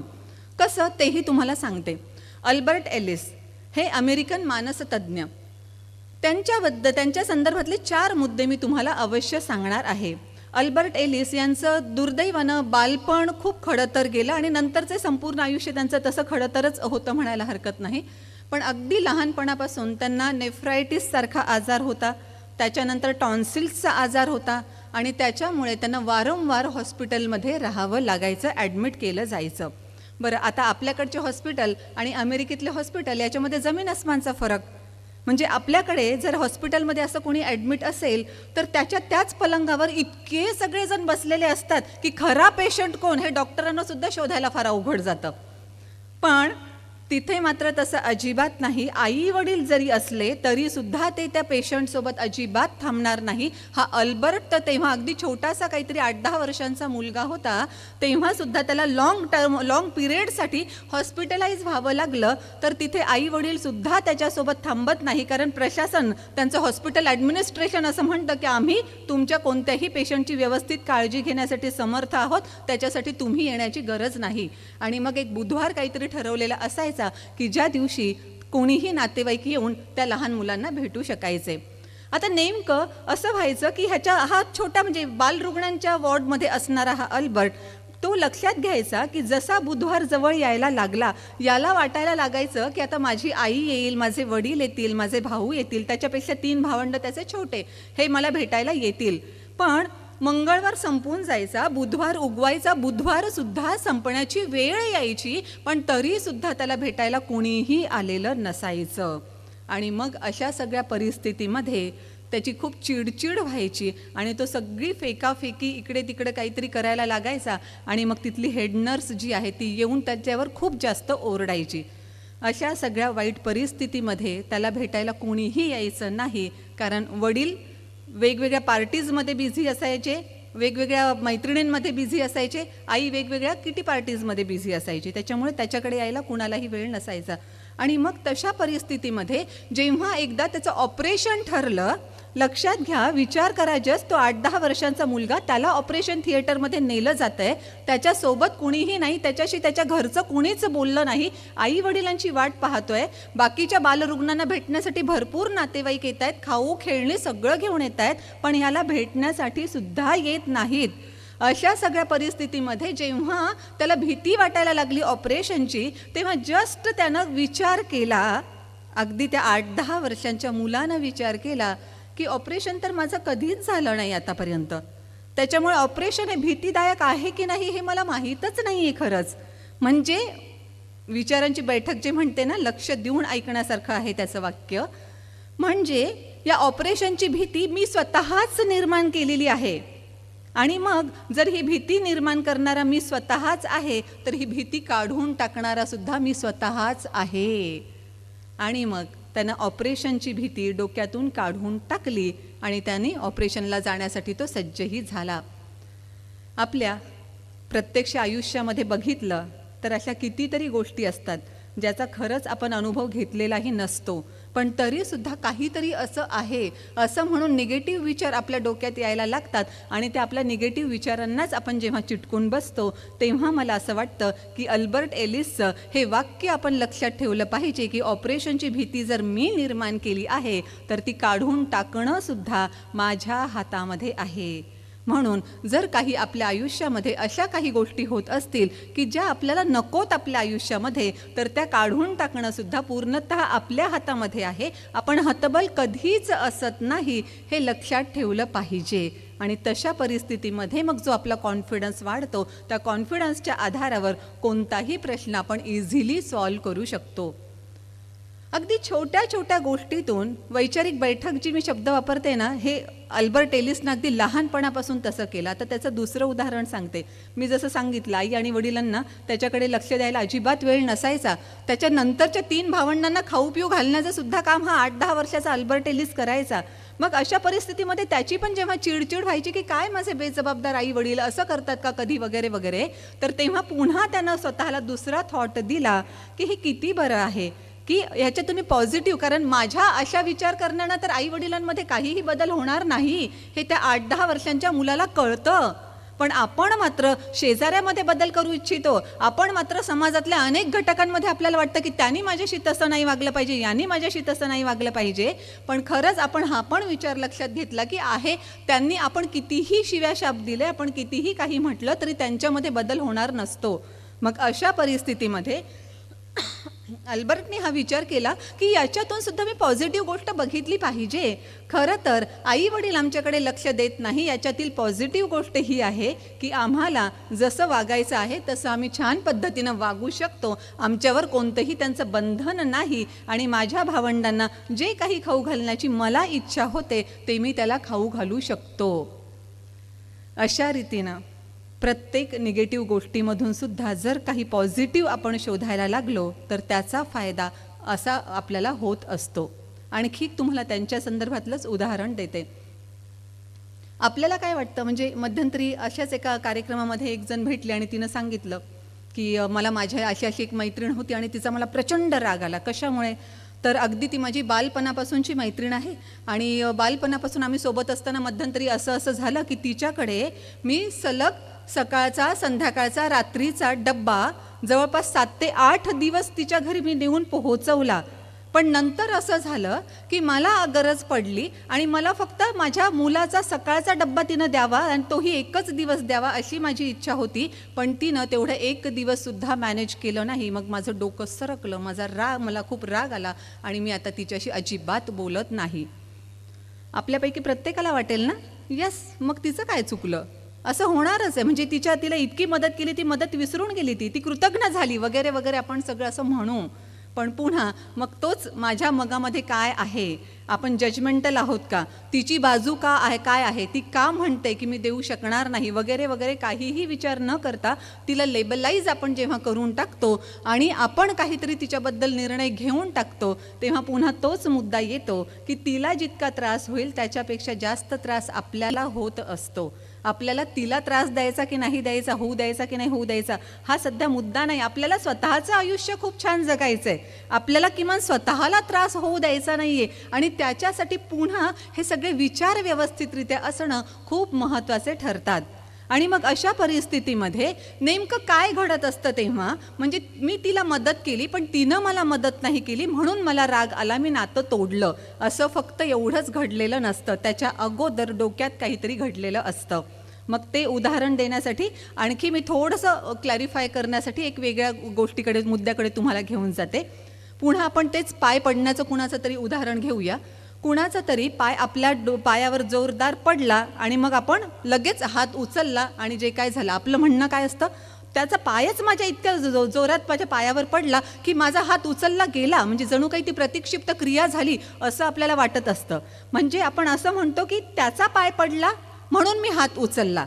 पण अल्बर्ट एलिसने जो सिद्धांत मांडला, ABC मॉडेल म्हटलं जातं, आणि जेव्हापासून हे मॉडेल मी स्वतः वाचलं, माझ्या स्वतःमध्ये खूप बदल मी करून घेऊ शकले. आणि हे सगळं मी तुम्हाला जे सांगते ते सगळं काही मी स्वतः इम्प्लिमेंट करते आणि म्हणून तेवढ्या कॉन्फिडंटली तुम्हाला सांगत असते. म्हणजे आम्ही जेव्हा वेगवेगळ्या ठिकाणी इन्स्पेक्शनला जातो ना, कुणाल आणि ललित कुमार पण दोघंही जण इथे आहेत, तेही सहमत आहे असतीलच. जेव्हा आम्ही इन्स्पेक्शनला जातो, नंतर सगळं इन्स्पेक्शन केल्यानंतर रजिस्टर्स भरपूर काही असतात आणि मग आम्ही त्याच्यावर एक शेरा मारतो की सगळं काही चेक केलं, व्हेरीफाईड अँड फाउंड करेक्ट या अर्थाने. सो हे सगळं मी तुम्हाला जे सांगते ते मी स्वतः इम्प्लिमेंट केलेलं आहे. इट वर्क्स हे मला माहीत आहे आणि म्हणून एवढ्या कॉन्फिडंटली मी तुम्हाला सांगत आहे. सो अल्बर्ट एलिसचं हे ABC मॉडेल असं सांगतं की त्याचा पाय माझ्यावर पडला, हे झालं A, मी त्याला तोंडात मारली, हे B नाही झालं, हे झालं C, कारण A आणि Cच्या मध्ये B आहे. माझ्या डोक्यात काहीतरी घडलं आणि म्हणून मी हात उगारला. जर आपल्या पायावर जोरदार पाय कुणाचा तरी पडला आणि आपण हात उचलला आणि लक्षात असं आलं, ओ हे तर माझे वडीलच होते, त्यांचाच पाय माझ्या पायावर पडलाय, काय करणार आहे? उचललेल्या हाताचं काय करणार आहे? यस, म्हणजेच डोक्यात काहीतरी घडलं. मग लगेच आपण म्हणतो नाही नाही, वडिलांचा तर चुकून पाय पडला असेल. म्हणजे त्या माणसाचा चुकून नाही पडू शकत, वडिलांचा चुकून पडू शकतो. जसा वडिलांचा चुकून पडू शकतो, जसा भावाचा चुकून पडू शकतो, तसा त्या माणसाचा, अपरिचित असणाऱ्या माणसाचाही चुकून पाय पडू शकतो. सो अल्बर्ट एलिसची ही थिअरी सुद्धा आपण खूप व्यवस्थितरित्या लक्षात ठेवणं गरजेचं आहे. जेव्हा आपण आपल्या दैनंदिन आयुष्यातही म्हणत असतो की ती तशी वागली ना, मग मी असं करणारच, माझ्या जागी कुणी असलं असतं तर असंच केलं असतं. नो नो नो, माझ्या मगात काय आहे बघितलं पाहिजे. हे मगामध्ये जे असेल ना ते इथे असेल, ते B असेल. म्हणून मग अशा परिस्थितीमध्ये जेव्हा एखादी घटना घडते, घराघरामध्ये सुद्धा जे भांडणं होतात त्याच्यामध्ये सुद्धा आपण डायरेक्ट A आणि Cच करतो, मध्ये B सुद्धा काही प्रकार आहे हे विसरून जातो कम्प्लिटली. आणि म्हणून छोट्या छोट्या मुद्द्यांवरून मोठे मोठे प्रॉब्लेम्स क्रिएट होतात आणि वकिलांना भरपूर सारं काम मिळतं. सो अशा परिस्थितीमध्ये आपण डेफिनेटली बघितलं पाहिजे की एक काहीतरी घडलं, कृती घडली म्हणून परिणाम झाला असं डायरेक्टली होत नाही. कृती घडते, त्याच्यानंतर डोक्यात काहीतरी येतं आणि मग आपण त्या पद्धतीनं वागतो. जसं वडील असल्यावर उगारलेला हात खाली घेणार, उलटं आपल्यालाच गिल्ट फिलिंग सुरू व्हायला लागणार की आपण असं कसं काय केलं, आपण असं कसं काय वागलो वगैरे वगैरे. सो ती तिसरी बाब जी सांगितली अल्बर्ट एलिसच्या संदर्भातली, ही पण बाब लक्षात घेणं खूप महत्त्वाचं आहे. अल्बर्ट एलिसच्या संदर्भातला हा चौथाही मुद्दा सांगते आणि मी रेकमेंडही करते. मी अल्बर्ट एलिस नावाचं पुस्तक आहे डॉक्टर अंजली जोशी यांचं. आता गुंजन मॅडमने सुद्धा माझ्या पुस्तकांची यादी वाचली वाटतं ना, गुंजन मॅम? यस. सो म्हणजे फक्त एवढं म्हणायला हरकत नाही की अंजली नावाच्या महिला छान लिहितात, त्याच्यामुळे ते पण मी पुस्तक रेकमेंड करते. आणि माझं व्यक्तिमत्व विकासासाठी सॉफ्ट स्किल हे पण पुस्तक अवश्य रेकमेंड करते. सो एनिवे, मी रेकमेंड अवश्य करेन. मी अल्बर्ट एलिस हे डॉक्टर अंजली जोशी यांचं पुस्तक अवश्य वाचा. आणि तेही वाचून काढायचं नाही, आपल्याला टार्गेट कंप्लीट करायचं नाही आहे, आपल्याला त्या शब्दातला अर्थ समजावून घेऊन डोक्यात घ्यायचा आहे, जेणेकरून आपल्या वागण्यामध्ये काही बदल होणार आहे. मग अशा परिस्थितीमध्ये अल्बर्ट एलिस यांनी, आपण जे आता काउन्सिलिंग म्हणतो, काउन्सिलर्स म्हणतो, ही काउन्सिलिंगची पद्धतच बेसिकली अल्बर्ट एलिस यांनी सुरू केली. आणि अल्बर्ट एलिस यांनी अगदी शून्यातून विश्व म्हणतात तसा सगळा पसारा निर्माण केला. रॅशनलिस्ट बिहेवियरल थेरपी नावाची एक पूर्ण ब्रांच त्यांनी सायकोलॉजीला दिली. एवढं मोठं काम त्यांनी सगळं केलं. त्यांनी काउन्सिलिंग सेंटर त्यांनी स्वतःच्या जागेमध्ये उभे केले, भरपूर सारं योगदान केलं. आणि जेव्हा वार्धक्य त्यांना आलं, त्यांच्या आजारपणावरचा खर्च वाढायला लागला, त्याच्यानंतर मात्र हेच काउन्सिल जे त्यांनी स्वतः उभारलेलं होतं, पूर्ण ते त्यांची इन्स्टिट्यूट जी उभारलेली होती, त्या इन्स्टिट्यूटने त्यांच्या आजारावर खर्च करणं पूर्णतः सोडून दिलं. इतकंच नाही तर अल्बर्ट एलिस हे आमचं ट्रेड नेम आहे, आमच्या इन्स्टिट्यूटचं ट्रेड नेम आहे, त्याच्यामुळे अल्बर्ट एलिस हे नाव तुम्ही वापरू शकणार नाही असंही त्यांनी त्यांच्यावर दावा दाखल केला. आणि इतकंच नाही तर ह्या म्हाताऱ्या आजारी अल्बर्ट एलिसला घरातून बाहेर काढण्यासाठी सुद्धा या इन्स्टिट्यूशननी पूर्ण प्रयत्न केला. काय वाटलं असेल अल्बर्ट एलिसला? हे सगळं पूर्ण हा डोलाराच मी निर्माण केलाय. काउन्सिलिंग वृद्धावस्था जरी आली असली तरी काउन्सिलिंग सुद्धा मी करतो आहे. हे सगळं काही मी निर्माण केलं आहे आणि हे लोक आज मलाच घराच्या बाहेर काढायला तयार झाले आहेत. काय वाटलं असेल अल्बर्ट एलिसला? आपण अल्बर्ट एलिसच्या जागी असतो तर काय विचार केला असता? पण बघा, अल्बर्ट एलिस अगदी 8-10 वर्षांचं मूल होतं तेव्हाही विचार करण्याची त्याची पद्धत खूप सुंदर होती. आणि जेव्हा अगदी वृद्ध तो झाला तेव्हाही त्याची विचाराची बैठक पक्की असल्यामुळे तीही परिस्थिती त्यांनी फार व्यवस्थितरित्या लक्षात घेतली. जे काही कायदेशीर त्यांना करावं लागलं ते त्यांनी केलं सुद्धा. पण त्याचसोबत त्या पुस्तकात वाचलेलं एक वाक्य मला खूप आवडलं. ते वाक्य असं होतं की त्यांनी मला फसवलं हे जितकं खरं आहे तितकंच खरं मी फसवला गेलो हे सुद्धा आहे. लक्षात घ्या, बरेचदा बातम्या आपण वाचतो, सोनं उजळवून देण्यासाठी घरी कोणीतरी आलेलं असतं. आपण अगदी त्याच्यावर विश्वास ठेवून, मी त्याच्यावर विश्वास ठेवला, माझं काय चुकलं? विश्वास काय ठेवायचा नाही का आजच्या जमान्यामध्ये? असं म्हणून आपण त्याला सोनं नाणं घरातलं असलं नसलं तेवढं सगळं देतो आणि नंतर कळतं की तो सोनं घेऊन पळून गेला. मग काय म्हणतो आपण? त्याच्या नावाने खडे फोडायला लागतो की त्यानं मला फसवलं. ठीक आहे, त्या संदर्भात जी कायदेशीर कारवाई करायची ती करायचीच आहे आपल्याला. पण तरी सुद्धा तिथे जर आपण आपली जबाबदारी मान्य केली की त्यांनी मला फसवलं, हे जेवढं खरं आहे तेवढंच मी पण फसले गेले हेही खरं आहे, असं जेव्हा आपण हे सेकंडचं वाक्य जेव्हा म्हणू ना, तेव्हा मग आपण आपली जबाबदारी स्वीकारायला लागतो. आणि मग यानं असं केलं, त्यानं तसं केलं, समाजात तसं आहे वगैरे वगैरे असं म्हणून आपण एक्सक्युजेस जे देत राहतो, आपण स्वतः काही न करण्याचे ते एक्सक्युजेस देणं आपण कम्प्लिटली थांबवतो. त्याच्यामुळे त्यानं असं केलं म्हणण्याच्या ऐवजी कुठेतरी माझी पण जबाबदारी होती की कदाचित मला फसवलं जाईल. म्हणजे अजूनही आश्चर्य आहे ना की अजूनही लोक विश्वास ठेवतात की पैसे दुप्पट करून मिळतील तुम्हाला. अजूनही विश्वास ठेवतात की तुम्ही जर एक दागिना दिला तर त्या एका दागिन्याचे 2 दागिने होऊन तुम्हाला मिळतील. आणि मग पुन्हा काय म्हणणार आपण? त्यांनी आम्हाला फसवलं. अरे त्यांनी तुम्हाला फसवलं, त्यांचं तर प्रोफेशनच ते फसवण्याचं आहे, पण तुम्ही कुठे गहाण ठेवली होती बुद्धी? हा पण तर महत्त्वाचा आहे ना मुद्दा. आणि मग अशा परिस्थितीमध्ये जेव्हा आपण सुद्धा आपली जबाबदारी ॲक्सेप्ट करू की त्यांनी फसवलं हे खरं असलं तरी मीही फसले गेले, ही जबाबदारी जेव्हा आपण व्यवस्थितरित्या ॲक्सेप्ट करू, समजावून घेऊ की त्यात माझी सुद्धा जबाबदारी येते, तेव्हा मग खरंच हे असं फसलं जाणं आपण टाळू शकतो. कारण इतरांच्या अंगावर जबाबदारी झटकून दिली की आपण मोकळे होऊन जातो. माझ्या नशिबाचे भोग, माझं असं तसं म्हणत आपण रडायला आणि इतरांची सहानुभूती गेन करायला मोकळे झालेलो असतो, पण त्यांना उपयोग काही होत नाही. सो हा चौथा मुद्दा सुद्धा खूप महत्त्वाचा आहे की अशा रीतीनं आपण फसलं न जाणं, फक्त फसलं जाणं असं नाही म्हणते मी, या संदर्भानं सांगू इच्छिते की आपण आपली जबाबदारीसुद्धा मान्य करणं तितकंच गरजेचं आहे.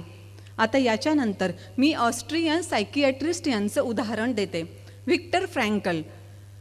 नाझींनी खूप छळ केला. वेगवेगळ्या कॉन्सन्ट्रेशन कॅम्प्स होते, त्यांचे छळ छावण्या होत्या आणि ह्या सगळ्या कॉन्सन्ट्रेशन कॅम्प्समध्ये 6 कॉन्सन्ट्रेशन कॅम्प असे होते की जे क्रौर्याची परिसीमाच्याही खूप पलीकडचे होते. अतिशय निर्घृण पद्धतीनं तिथे सगळे काही अत्याचार अन्याय चालायचे. म्हणजे फक्त एक उदाहरण देते, जस्ट तुम्ही इमॅजिन करा मी काय सांगते ते. आणि तशा पद्धतीचं त्या 6 छळ छावण्यांमध्ये वागलं जायचं आणि इतरांना ज्यूजना तसं वागवलं जायचं की एखाद्याला जर मारायचं असेल ना तर ह्या जिवंत माणसाचा हा हात आणि हा पाय या झाडाला दोरीच्या साहाय्यानं बांधला जायचा, हा हात आणि हा पाय दोरीच्या साहाय्यानं या झाडाला बांधला जायचा आणि ॲट अ टाईम ते नाझीचे लोक यायचे आणि दोन्ही झाड विरुद्ध दिशेला कट करायचे. हा जिवंत माणूस तिथे लटकलेला असताना विरुद्ध दिशेनं झाड पडतायत, काय होईल? अशा अतिशय क्रौर्याच्या ज्या 6 छळ छावण्या होत्या त्यातल्याच एका छळ छावणीमध्ये हे व्हिक्टर फ्रँकलसुद्धा त्यांची रवानगी करण्यात आलेली होती. पण सायकियाट्रिस्ट असल्यामुळे त्यांना ऑलरेडी मन कसं काम करतं माहीत होतं, त्याच्यामुळे आपल्या सभोवतालच्या लोकांचंही मनोधैर्य कायम राहील याच्यासाठी त्यांनी खूप प्रयत्न केला. काही वेळेस यश आलंही, काही वेळेस त्यांना यश आलंही नाही. अशा सगळ्या परिस्थितीमध्ये त्यांचं एक वाक्य खूप महत्त्वाचं मला वाटतं आणि तेही आपण हे विचार सत्यात उतरवताना, आपली वैचारिक बैठक पक्की करताना हे वाक्य लक्षात ठेवलंच पाहिजे, कायमचं ते आपल्या हृदयापाशी जपलं पाहिजे, त्याच्यावर इम्प्लिमेंट केलं पाहिजे असं मला वाटतं. सो त्यांचं म्हणणं असं आहे, व्हिक्टर फ्रँकल यांचं, आपल्याकडून काहीही हिरावून घेतलं जाऊ शकतं. बघा ह्या ज्यूजकडून काय काय हिरावून घेण्यात आलं होतं. त्यांचं स्वातंत्र्य बितंत्र्य तर सगळं गेलंच होतं, अक्षरशः त्यांच्या अंगावरचे कपडे सुद्धा हिरावून घेण्यात आले होते. तशा त्या अत्यंत वाईट परिस्थितीमध्ये सुद्धा व्हिक्टर फ्रँकल असं म्हणतात की आपल्याकडून काहीही हिरावून घेतलं जाऊ शकतं, तरी सुद्धा त्याही परिस्थितीत आपण विचार कसा करायचा आणि आपण भावना कोणत्या बाळगायच्या याचं आपलं स्वातंत्र्य कुणीच हिरावून घेऊ शकत नाही. आणि आपण आपल्या लाईफमध्ये काय असतो कसं म्हणत असतो, हां ते तसंच वागले ना, मग काय आता आलं आमच्या नशिबीच हे. नाही, तशी कशीही परिस्थिती असली तरी त्याही संदर्भात विचार कसा करायचा, त्याही संदर्भात आपल्या इमोशन्स कोणत्या असल्या पाहिजे याचं स्वातंत्र्य आपलं स्वतःचं आहे. आणि मग मला असं म्हणावंसं वाटतं, कदाचित काही जणांना ते आवडणार नाही, पण तरीसुद्धा म्हणावंसं वाटतं की जेव्हा आपण असं इतरांवर ढकलून मोकळे होतो ना, की त्याचा पाय पडला म्हणून मी मारलं, माझ्या जागी कोणी असलं असतं तर मारलंच असतं. किंवा ते आले लोक सोनं उजळून देतो म्हणाले, मी आपल्या बापडीनं देऊन टाकलं त्यांच्यावर विश्वास ठेवून, मी विश्वास ठेवला, काय चूक केली का, आपण त्यांनी घेऊन पळून गेले वगैरे वगैरे वगैरे असं काहीही म्हणत असू ना तर तो शुद्ध आपला पळपुटेपणा आहे, परिस्थितीपासून पळून जाण्याचा. त्याच्याने प्रॉब्लेम सॉल्व्ह होणार नाही. हां, समाजाची सहानुभूती भरपूर मिळेल कदाचित, तुमच्या पाठीवरून हात फिरवणारे, तुमचे डोळे पुसणारे भरपूर सारे जण तुमच्या नात्यातले, आजूबाजूचे, मित्रमैत्रिणीतले येतील, पण त्यांनी उपयोग होत नाही. आणि का आपल्याला असं मी बिचारी, मी बिचारा असं का राहायचं आहे आपल्याला? त्याच्यापेक्षा मी इतरांना मदत करण्यासाठी सुद्धा तयार आहे असं का नाही राहायचं आपल्याला? हा विचारही आपण जरूर केलाच पाहिजे. आणि मग अशा परिस्थितीमध्ये आपलं विचाराचं स्वातंत्र्य आपल्या स्वतःकडे असतं, ते कुणीच कोणत्याच परिस्थितीमध्ये हिरावून घेऊ शकत नाही. त्या व्हिक्टर फ्रँकलनी ज्या परिस्थितीमध्ये दिवस काढले त्याच्यापेक्षा आपली परिस्थिती लाख मोलानं चांगली आहे का? त्यांच्यापेक्षा पण जास्त वाईट आहे? अजिबात नाही ना. तरीसुद्धा परिस्थितीचे रडगाणे आपण किती गातो.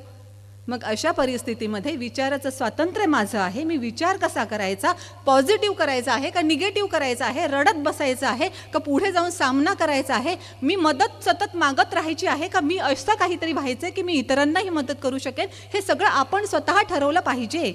आणि आजही मी जे म्हटलं ना की आपल्याला कदाचित महामानव बनायचं आहे ना का आपल्याला कदाचित गौतम बुद्ध बनायचं आहे, पण तरीसुद्धा समाजामध्ये आजही आपल्या काही विचारांची आणि आपले ते विचार सत्यात आणण्याची अत्यंत आवश्यकता आहे. त्या संदर्भानं आता हे पुढचं थोडंसं मी बोलू इच्छिते. एक छोटीशी व्हिडिओ क्लिप मी बघितली होती, हार्डली काहीतरी ती 1.5 ते 2 मिनिटांची होती, पण अर्थ त्यातला फार मोठा गहन होता. असं होतं की एक प्रोफेसर त्या वर्गावर आले आहेत आणि वर्गामध्ये आल्या तिथे सगळे विद्यार्थी बसलेले आहेत आणि वर्गामध्ये आल्या एका मुलाकडे ते पाहतात, तरुणाकडे, त्याला म्हणतात, ए चल उठ, तुझा चेहरा मला अजिबात नाही आवडला, हो बाहेर. आणि तो बाहेर निघून जातो. आणि मग हे लगेच सगळ्या विद्यार्थ्यांना म्हणतात, चला हे नोटबुक काढा, आपण आज हा धडा घेणार आहोत. आणि लगेच सगळेजण नोटबुक काढतात आणि हे धडा शिकवायला लागतात. आणि मग तेव्हा ते म्हणतात, तुमच्यापैकी कोणीही का मला विचारलं नाही की मी त्या मुलाला त्याचा चेहरा मला आवडत नाही म्हणून बाहेर कसा काय काढू शकतो. आपण का नाही म्हणणार तसं? मला कुठे बाहेर काढलंय ना, ते त्याला काढलंय, त्याचा प्रश्न आहे, तो त्यानं बघून घेईल. बरोबर आहे. आतापर्यंत जे घडत होतं ते दुसऱ्या देशात घडत होतं, माझ्या देशात कुठे घडतंय? आता आपल्या देशात घडतंय, माझ्या राज्यात कुठे घडतंय? ते मग राज्यातही घडतंय, माझ्या जिल्ह्यात कुठे घडतंय? आता तुझ्या घराच्या जवळ आलंय तरी सुद्धा आपण जर असं म्हणत असू, माझ्या घरात कुठे आलंय, मग माझ्या घरात जेव्हा येईल तेव्हा मदत करणारं कुणीही असणार नाही. मार्टिन, त्यांचं सरनेम विसरले मी, पण मार्टिन यांनी एक खूप सुंदर भाषण दिलं होतं. हे नाझिझम नंतर त्यांचं ते मोठं भाषण होतं. त्या भाषणामध्ये काही ओळी त्यांनी म्हटल्या होत्या, म्हणजे ती कविता नाही आहे ॲक्च्युली, पण ते इतकं छान रिदमिक होतं की त्याला कवितासारखंच सगळं समजलं जातं. तर त्या इंग्लिशमधलं आहे ते मी मराठीमध्ये सांगते. हे सगळं नाझिझमच्या जस्ट नंतर सांगत होते ते. तेव्हा ते असं म्हणतात की बघा आपणही असंच वागतोय बरं का. तेव्हा ते असं म्हणतात की ते लोक म्हणजे कोण? हे हिटलरवाले. ते लोक सगळ्यात अगोदर आले सोशालिस्टसाठी. सोशालिस्ट लोकांनी मदतीसाठी हाक मारली, पण मी त्यांची मदत केली नाही कारण मी सोशालिस्ट नव्हतो. बरोबर ना? ते सोशालिस्टला त्रास देतात, मला थोडीच देतात, मी काय करायचंय? त्याच्यामुळे मी त्यांची मदत केली नाही. नंतर हे लोक ट्रेड युनियनिस्ट यांच्यासाठी आले, त्यांनीही मदतीसाठी हाक दिली, पण मी मदत केली नाही कारण मी ट्रेड युनियनिस्ट नव्हतो.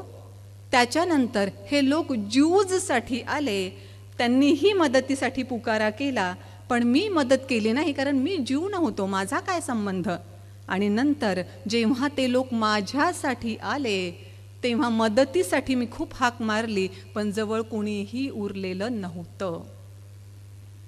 आपण अजूनही दुर्दैवानं त्या दिवसांची, त्या क्षणांची वाट पाहतोय का? समाजामध्ये भरपूर साऱ्या गोष्टी बदलण्याची गरज आहे असं आपल्याला वाटतं, पण पुन्हा आपल्याला हे वाटतं माझा काय संबंध, ते तिकडे चालू आहे, माझा काय संबंध, ते मला थोडीच भोगावं लागणार आहे. पण पुन्हा मी तेच म्हणेन की जेव्हा स्वतःवर भोगण्याची वेळ येईल तेव्हा आपल्यालाही मदत करणारं कोणीही उरलेलं असणार नाही. म्हणून आपण जेव्हा सोसायटीमध्ये राहतो, मनुष्य हा सोशल ॲनिमल आहे, सामाजिक प्राणी आहे असं जेव्हा म्हटलं जातं, जेव्हा आपल्याला 4-2 दिवस घरातलं कोणी बोलत नाही लगेच आपल्याला अनइझी व्हायला लागतं, कारण आपल्याला निग्लेक्ट केलं जाते, आपल्याला रिजेक्ट केलं जाते, असं काहीतरी फिलिंग आपल्याला येतं. म्हणजे आपण आपल्या ह्या सगळ्या समूहाशिवाय राहूच शकत नाही. अशा परिस्थितीमध्ये आपल्या समूहातल्याच काही लोकांवर जर काही परिस्थिती आली तर आपण नामानिराळे होऊन जातो. लगेच त्यांचं ते बघून घेतील ना, मला काय करायचं आहे असं म्हणायला लागतो. याच संदर्भातलं नेपोलियनचंही एक वाक्य मी तुम्हाला अवश्य सांगू इच्छिते. म्हणजे वेगळ्या अर्थानं माझं ते अतिशय आवडतं वाक्य आहे. ते खूप छान सांगितले म्हणून नाही, तर दुर्दैवानं ते अजूनही सत्य आहे. नेपोलियननं कित्येक वर्षांपूर्वी सांगितलेलं आहे, अजूनही दुर्दैवानं आपण एवढी सगळी भौतिक प्रगती केली आहे, आपण कुठे कुठे जाऊन पोहोचलो आहोत, पण दुर्दैवानं इतक्यापूर्वी म्हटलेलं वाक्य आपण अजूनही खरं ठरवत आहोत. ते आपण खोटं ठरवलेलं नाही आहे. नेपोलियनचं म्हणणं असं होतं, the world suffers the most not because of the violence of the bad people but because of the silence of the good people. आणि दुर्दैवानं आपण सगळेजण अतिशय सभ्य, सज्जन, चांगले माणसं आहोत. आपण अगदी ते घोड्याला झापडं लावतात ना, तसे झापडं आपल्याला लावलेले असतात. आपण आपलं सरळ नाक असतं त्या नाकासमोरच पाहून चालत असतो. आपल्याला दिसत असतं माझ्या शेजारी सासूचा छळ होतोय, माझ्या शेजारी सुनेचा छळ होतोय, माझ्या शेजारी नवरा बायकोला सतत मारहाण करतोय, माझ्या शेजारी त्या मुलांना अब्यूज केलं जातं आहे, माझ्या शेजारी त्या मुलीला फार भलतं सलतं काहीतरी सहन करावं लागतंय. हे सगळं आपल्याला दिसत असतं, पण आपण गुड पीपल असतो म्हणून आपण सायलेन्स मेंटेन करत असतो. आणि म्हणून नेपोलियननं इतक्या वर्षांपूर्वी जे सांगितलं आहे ना, की जगाचं सर्वाधिक नुकसान जे झालं आहे ना, ते हिंसेमुळं, थोड्याशा वाईट लोकांनी जी हिंसा केली त्या हिंसेमुळे झालेलं नाही, तर ह्या चांगल्या लोकांच्या सायलेन्समुळे झालेलं आहे. सो आता तरी आपण बोलायला सुरुवात केली पाहिजे. आता तरी मी स्वतः समाजाचाही घटक आहे. माझं घर जसं मला छान हवं आहे तसं मला माझा समूह, माझा समाजसुद्धा चांगला हवा आहे, हे कुठेतरी तर आपल्याला वाटायला हवं. आणि जेव्हा ते आपल्याला वाटायला लागेल तेव्हा डेफिनेटली मग असं काहीतरी कुठे घडत असेल तर आपण तिथे ताबडतोब जाऊन तिथे इंटरव्हेन करू. हे असं तुम्ही करू शकत नाही. आमच्या घरातला मामला आहे, कोण तुम्ही म्हणू शकत नाही, कारण मी पण समाजाचा घटक आहे. माझ्या समाजात आज असं घडत असेल तर दिवसेंदिवस तसंच वाईट घडत राहील. जे समाजाचा घटक ह्या नात्यानं मला अजिबात चालणार नाही, हे तेवढंच ठामपणानं आपण म्हटलो पाहिजे. आणि म्हणून हे असं झापड लावून नाकासमोर सरळ चालणं आपल्यासारख्या सज्जन लोकांनी सोडलंच पाहिजे. जिथे वाईट घडतं आहे तिथे आपलं मौनसुद्धा आपण सोडलंच पाहिजे. आणि जाता जाता शेवटचा एक मुद्दा सांगते की अशा रीतीनं फक्त स्वतःपुरतं न बघता समाजासाठी काहीतरी करायचं आहे. फार मोठी अपेक्षा नाही आहे आपल्याकडून कदाचित कुणालाच. जे काही करायचं आपल्या पूर्वजांनी ऑलरेडी सगळं काही करून टाकलेलं आहे. आपण अगदी चांगल्या स्वतंत्र भारतामध्ये जन्माला आलेलो आहोत, पण तरीसुद्धा जे हे थोडंसं काही दिसतंय, हे सगळं जे वाईट आपल्याला चालताना दिसतंय, हे वाईट काही पाताळातून राक्षस आले नाहीत आणि त्यांनी हे सगळं वाईट निर्माण केलेलं नाही आहे. हे सुद्धा आपलेच बहीण भाऊ कोणीतरी होते ज्यांच्यामुळे हे असं वाईट घडलेलं आहे. सो आता हे निस्तरण्यासाठी सुद्धा आकाशातून कोणीही देव येणार नाहीत. तो त्या भरोश्यावर आपण बसलं नाही पाहिजे. ते दशरथ मानसीचंच आहे ना वाक्य की क्या पता, म्हणजे कदाचित तो भगवान सुद्धा आपलेच भरोसे बैठा हो. अशा परिस्थितीमध्ये आपण तो जर विचार केला तर खरंच आपण काहीतरी केलं पाहिजे हे लक्षात येईल. आणि त्याच्यासाठी आपण किती सेन्सिटिव्ह असतो हे सुद्धा तेवढंच महत्त्वाचं ठरतं. आणि म्हणून अशा परिस्थितीमध्ये या सेन्सिटिव्ह असण्याच्या लेवलची काय खरी स्थिती असू शकते एवढं मी आपल्याला सांगेन आणि मग आपली रजा घेईन. या संदर्भात सांगताना अब्राहम लिंकनचं मला ते उदाहरण सांगावंसं वाटतं. म्हणजे ती संवेदनशीलता, तो क्षमता आपल्यामध्ये जर ती असेल तर डेफिनेटली आपण जे वाईट घडतं आहे, जे सुधारण्यासाठी देव येणार नाही आहेत, ते आपल्यालाच सुधरवायचं आहे, त्याच्यासाठी प्रयत्न करायला लागू. अब्राहम लिंकन एकदा असेच त्यांच्या कारमधून जात होते आणि कारमधून जाता जाता त्यांनी दुरून काहीतरी पाहिलं. थोडंसं पुढे गेल्यानंतर ड्रायव्हरला त्यांनी कार थांबवायला सांगितलं. ड्रायव्हरनी कार थांबवली. अब्राहम लिंकन खाली उतरले आणि तिथे चिखलामध्ये कुत्र्याचं छोटंसं पिल्लू फसलेलं होतं. ते बिचारं त्याचं पूर्ण सामर्थ्य वापरून बाहेर निघण्याचा प्रयत्न करत होतं, पण त्याला निघणं शक्यच होत नव्हतं. अशा परिस्थितीमध्ये हे अब्राहम लिंकनने दुरून पाहिलं होतं, म्हणून कार तिथे गेल्यानंतर ते उतरले. कुत्र्याच्या पिल्लाला अलगद चिखलातून बाहेर काढलं, रस्त्यावर सोडून दिलं. ते पिल्लू मस्त शेपटी हलवत हलवत निघून गेलं. जेव्हा हे आतमध्ये बसले तेव्हा त्यांचा शेजारी बसलेला मित्र म्हणाला, बघ तू त्या कुत्र्याच्या पिल्लावर केवढे उपकार केले, नाहीतर तो किती वेळ अजून तसाच राहिला असता माहीत नाही. तेव्हा अब्राहम लिंकनने जे उत्तर दिलं ना, ती संवेदनशीलता आपल्यामध्ये खरंच आहे का हे आपण पडताळून पाहिलं पाहिजे. अब्राहम लिंकन यांनी उत्तर असं दिलं, त्या कुत्र्याच्या पिल्लावर मी काहीही उपकार केलेले नाहीत, उलट मी स्वतःला मदत केली आहे. उपकारच म्हणायचे तर ते मी स्वतःवर केलेले आहेत.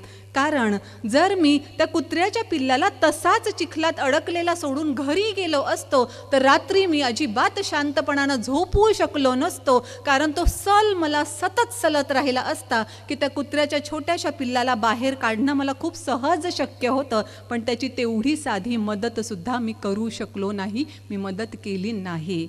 म्हणून त्या पिल्लावर नाही, मी स्वतःवर उपकार केले आहेत.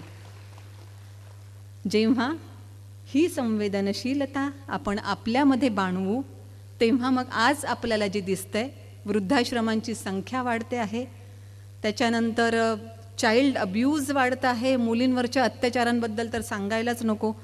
मुलींवरच्या अत्याचारांची संख्या बाहेर तरी येते, मुलांवरही तेवढ्याच प्रमाणामध्ये अत्याचार होतात.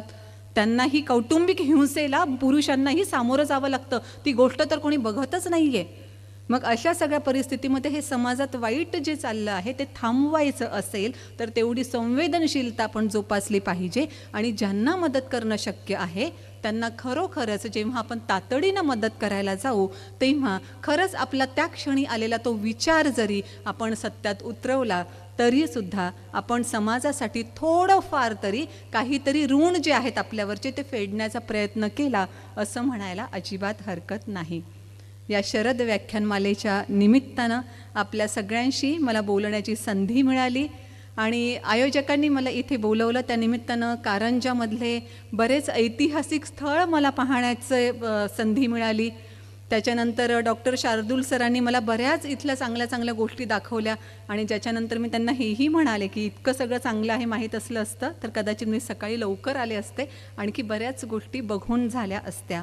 सो इतक्या छान ऐतिहासिक कारंजामध्ये तुम्ही राहत आहात त्याच्याबद्दल मला तुमचं तर कौतुक आहेच, पण त्या निमित्तानं तुमच्यासोबत येता आलं, तुमचं कारंजा पाहता आलं, याच्यासाठी मी मनःपूर्वक आयोजकांना धन्यवाद देते आणि इथेच थांबते. Thank you so much. विचारांना सत्यात उतरवा हा जो विषय ताईंनी मांडला, खरंच मनाला स्पर्श करून जाणारं हे सगळं होतं. ऐकलं आपण जे काही त्यांनी जे सांगितलं की आपल्या कपामध्ये पॉझिटिव्हिटी असावी, वस्तू परिस्थिती कुठलीही असो, पण मी कसं रिॲक्ट करायचं की ॲक्ट करायचं. मी जेव्हा शांत असेल तेव्हा मी ॲक्ट करेल आणि मी जेव्हा अशांत असेल तेव्हा मी रिॲक्ट करेल, हे आपल्याला शिकायला मिळालं. चांगला विचार हा नेहमी हित साधणारा असतो, म्हणून आपण जे विचार करतो ते केवळ डोक्यात न ठेवता ते सत्यात उतरवण्याची अत्यंत गरज आहे, हेही आपण शिकलो. असं हे छान छान सगळं ऐकताना मन थोडंसं अंतर्मुखही झालं आहे आणि आत्मपरीक्षण स्वतःचं सुरू झालं की मी नेमकं काय करायला हवं, माझं स्वतःचं आत्मचिंतन कसं असायला हवं, हाही आपण विचार इथनं घेऊन जात आहोत ताईंचं लेक्चर ऐकून. तर असं सगळं हे छान छान आपण ऐकलं, तर आता हे सत्यात उतरवणं आपलं आता कर्तव्य बनतं. तर यानंतर आभार प्रदर्शन करण्यासाठी मी स्नेहल कहाते यांना आमंत्रित करते. नमस्कार. शरदाच्या पडणाऱ्या चांदण्यात आणि अंशांशाने वाढणाऱ्या या थंडीत आपल्या कारंजेकरांना मिळणाऱ्या शरद व्याख्यानमालेच्या या वैचारिक मंचावर मिळणाऱ्या उबदार मेजवानीत यंदाच्या व्याख्यानमालेत चौथे पुष्प गुंफले आहे संभाजीनगर येथील उपजिल्हाधिकारी सौ अंजली धानोरकर मॅडम यांनी. उच्च विद्याविभूषित धानोरकर मॅडम यांनी आपल्या प्रशासकीय कामकाजाचा डोलारा सांभाळताना या प्रकारे आपली वक्तृत्व कला फार छान जोपासली आहे. त्याचा प्रत्यय आज आपल्याला इथे आला आहे. विचारांना सत्यात उतरवा या विषयाला अनुसरून सांगोपांग विचार मांडताना सौ धानोरकर मॅडम यांनी आपल्याला खरंच मंत्रमुग्ध करून सोडलं आहे. आणि एक गोष्ट आवर्जून सांगावीशी वाटते की खरंच इतके मंत्रमुग्ध झालो होतो की टाळ्या वाजवायचं सुद्धा विसरून गेलो आम्ही सगळे. तर एकदा सगळ्यांनी खरंच एकदा जोरदार टाळ्या होऊन जाऊ द्या. आम्ही सर्वजण आपल्याकडून इतक्या सुंदर विचारांचा अनमोल ठेवा आत्मसात केला आहे, याबाबत दुमत नाहीच. आपण व्यक्त केलेल्या विचारांबद्दल व आम्हाला दिलेल्या वेळेबद्दल आपले मनापासून आभार. व ज्यांच्याशिवाय हा कार्यक्रम अपूर्ण आहे अशा तुम्हा सर्व रसिक श्रोत्यांचेही आभार. उद्याचे 5वे पुष्प गुंफणार आहे श्री अमृत बंगसर गडचिरोली व त्यांचा विषय आहे युवांचा अर्थपूर्ण जीवनाचा शोध. तेव्हा सर्व रसिक श्रोत्यांना विनंती की आपण आत्तापर्यंत जसा सर्व व्याख्यानांचा आस्वाद घेत आहात तसेच उद्याच्याही व्याख्यानाचा लाभ घेऊन शरद व्याख्यानमालेच्या संस्कृतीला अधिकाधिक हातभार लावून सहकार्य करावे. आयोजकांनी मला इथे बोलण्याची संधी दिली त्याबद्दल त्यांचे मनपूर्वक आभार. आणि शारदास्तवांसाठी मी निशिकांतदादा परळीकर यांना आमंत्रित करते. धन्यवाद.